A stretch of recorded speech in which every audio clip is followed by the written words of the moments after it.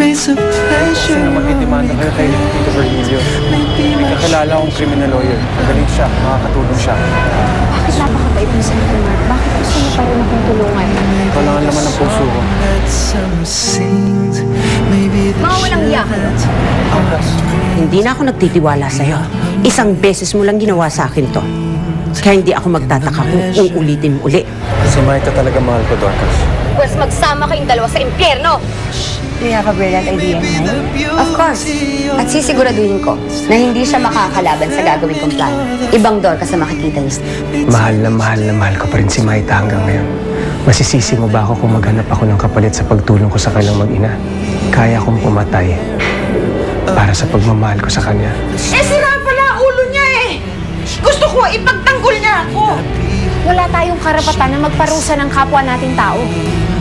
Pero ang tadhana, maaaring magbigay ng parusa. Kaya tingnan mo nangyari dito. Nag-ahasa siya kasi rapist ang ama niya!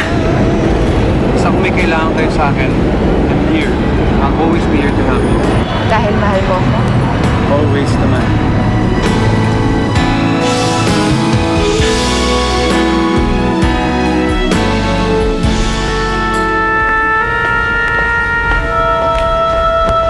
Good morning po, ma'am. Good morning po, ma'am.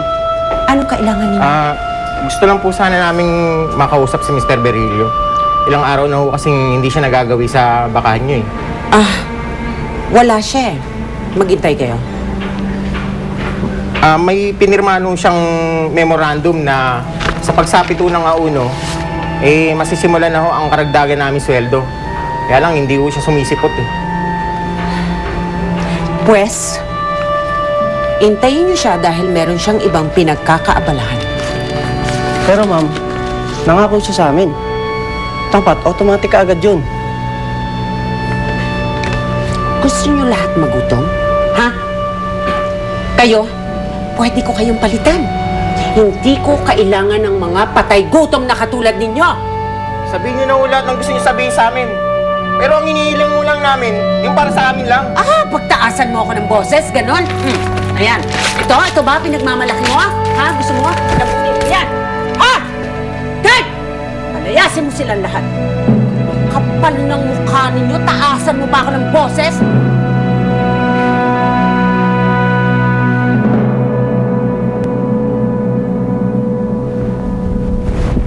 Ayan. Dito ka na matutulog. Hindi na sa tabi ko. Ano bang kalukuhan pinaggagawa mo? Kalukuhan? Bakit? Sino ba dito ang may ginawang kalukuhan?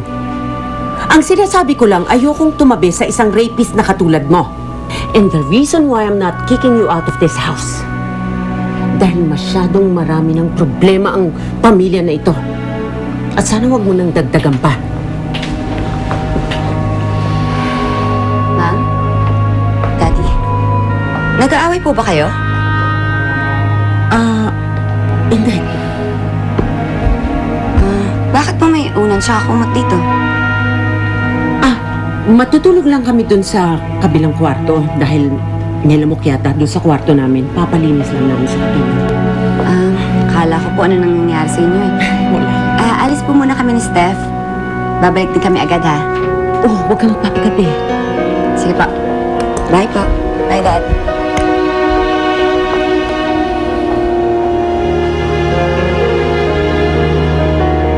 Bahala ka sa buhay mo.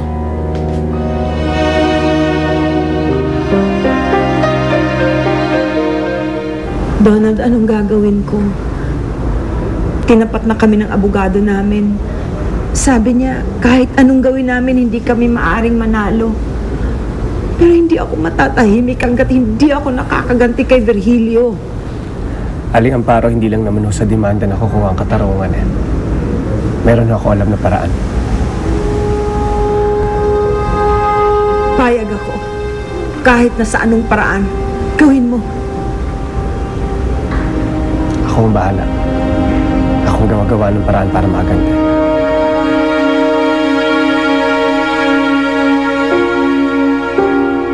Kanina pa tayo nandito. Sigurado ka bang dito nakatira si Maita? Oo, meron silang karinderya. Tsakainin natin to. Lalabas din yun. Teka, natanggal mo ba yung plate number ng kotse mo? Natanggal ko na. At ready na ako sa gagawin natin. Hindi ata papayag na masaya silang dalawa habang ako tinapon nila na parang basura. Go girl!